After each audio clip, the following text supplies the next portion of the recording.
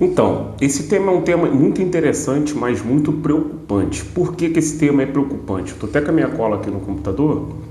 O que acontece? Uma ouvinte, vamos botar assim, uma telespectadora, uma seguidora nossa aqui do canal, fez uma pergunta muito interessante. Se vocês olharem no último vídeo, vocês vão ver essa pergunta. Ela perguntou assim, irmão, por que que existe pessoas que aproveitam da igreja para poder ter benefício, suponhamos? Porque existem pessoas que aproveitam da igreja para viver de doação, para viver das coisas que os irmãos proporcionam para eles não, mesmo ele tendo as condições de trabalhar, eles preferem viver dessa forma do que trabalhar.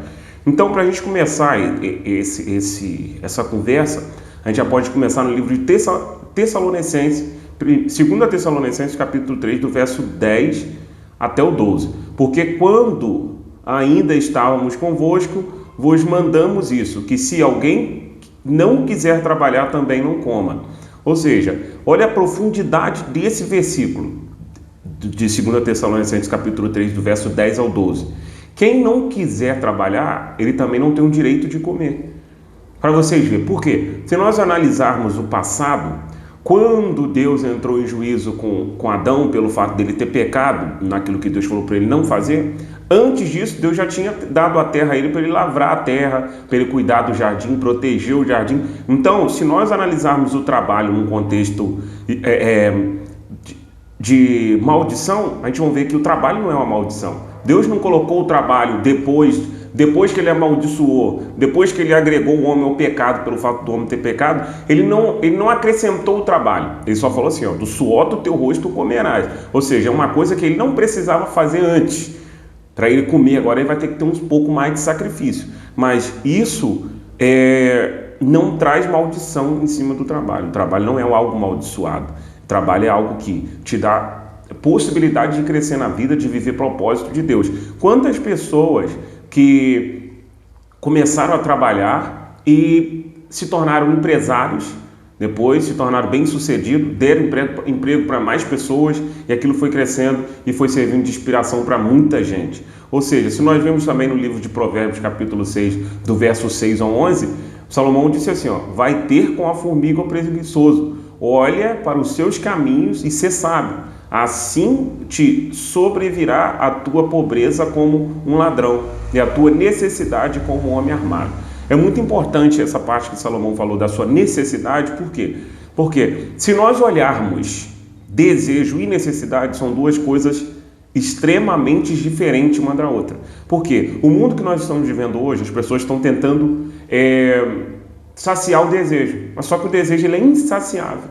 Se você deseja um carro importado hoje, amanhã você vai desejar um melhor. Se você tem um celular hoje bom, você amanhã vai desejar outro melhor. E assim sucessivamente. Ou seja, o desejo ele não tem fim. A necessidade, sim. Se você procurar viver dentro do minimalismo, viver com o que é necessário, não é ser pobre, não é viver na pobreza e na miséria, é você viver dentro do que é necessário, você vai viver bem e satisfeito. Por quê? Você não vai viver uma vida pautada naquilo que os outros pensam. Porque quantas pessoas têm aparelho telefone que não satisfaz elas, quantas pessoas têm um carro que não satisfaz elas, quantas pessoas têm o design da casa que não era a casa que elas queriam ter, mas elas têm para poder mostrar para outras pessoas.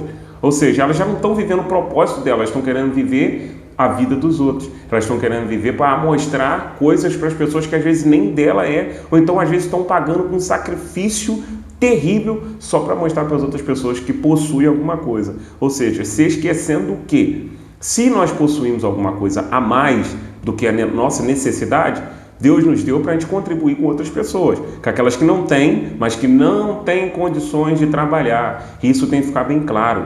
É uma mãe de família, viúva, como a Bíblia manda a gente cuidar da viúva, do órfão. Essas pessoas, sim, que não têm condições de trabalhar. Agora, o cidadão que tem condições de trabalhar e folga na igreja, ele é uma pessoa que vai de mal a pior. Porque ele está saindo de um princípio bíblico, que é trabalhar para ter o seu sustento. Ou seja, não necessariamente com a mão, você pode trabalhar com a sua cabeça, com a sua mente, com a sua inteligência, você não é obrigado a trabalhar com a mão e se matar, não. Você pode trabalhar com a mente, usando sua mente, usando sua cabeça, sua inteligência, a capacidade que Deus te concedeu. Cada um tem uma capacidade dada por Deus. Hoje, eu vim de uma família muito pobre, minha família é muito pobre, não sou rico, Vim de uma família muito pobre, não sou pastor de igreja, antes que todo mundo pense que eu sou pastor, que às vezes vai me ver de terra, mas eu gosto de sempre estar de terra. Vai fazer um barulho no microfone, que eu coloquei a mão no microfone sem querer. Mas vamos continuar.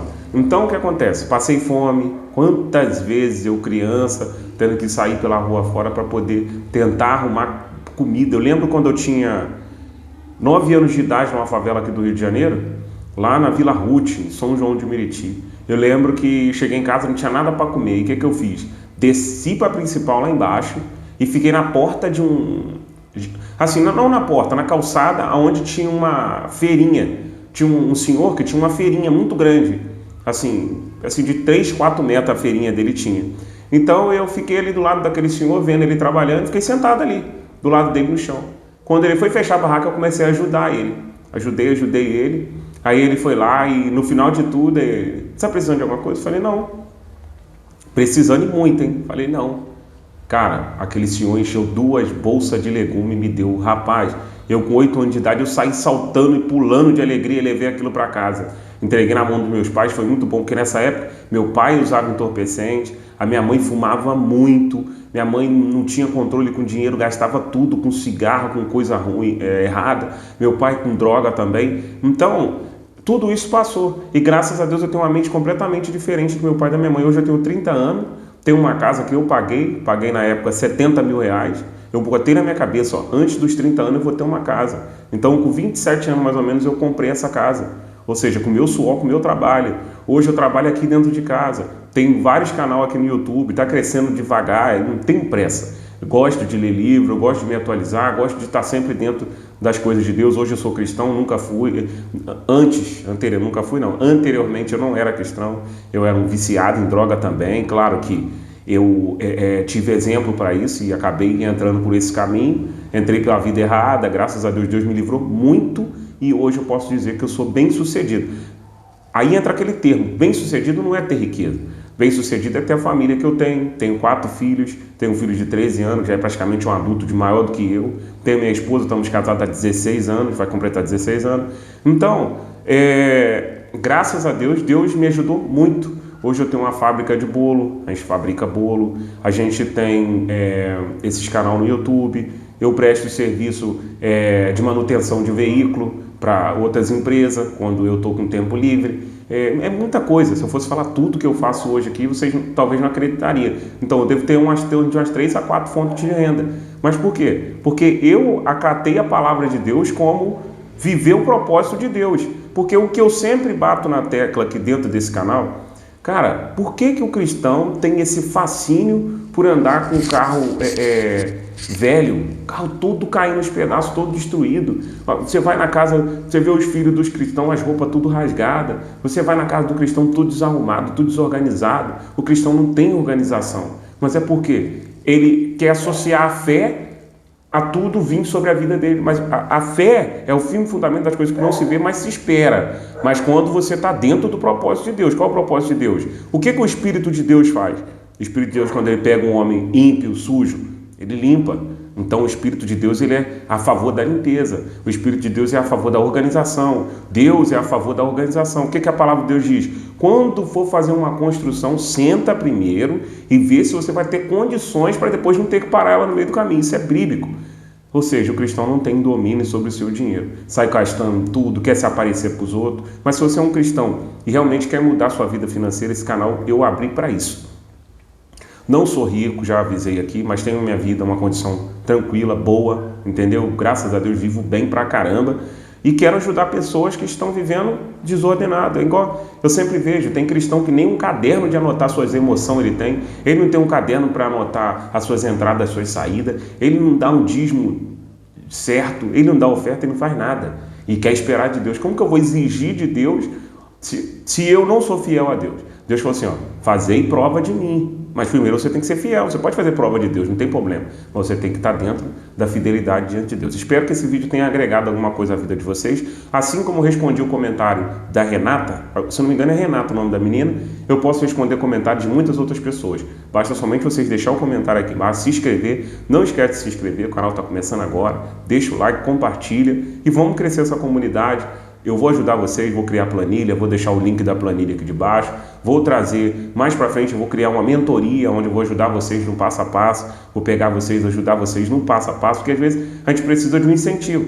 Às vezes a pessoa tem novas ideias, tem ideias muito boas, igual eu. Às vezes eu deito para dormir, não consigo dormir de madrugada porque veio milhões de ideias, veio muitas ideias, eu filtro todas aquelas ideias, quando eu vou ver um propósito de Deus, eu vou lá e abro um novo negócio, aquele negócio flui, dá certo, porque está na direção de Deus. Então, é isso. Tem que estar na direção de Deus, tem que ter organização, limpeza e uma vida no altar de Deus para a gente conseguir prosperar nessa vida. Encostar na igreja é um grande erro, respondendo a pergunta da Renata.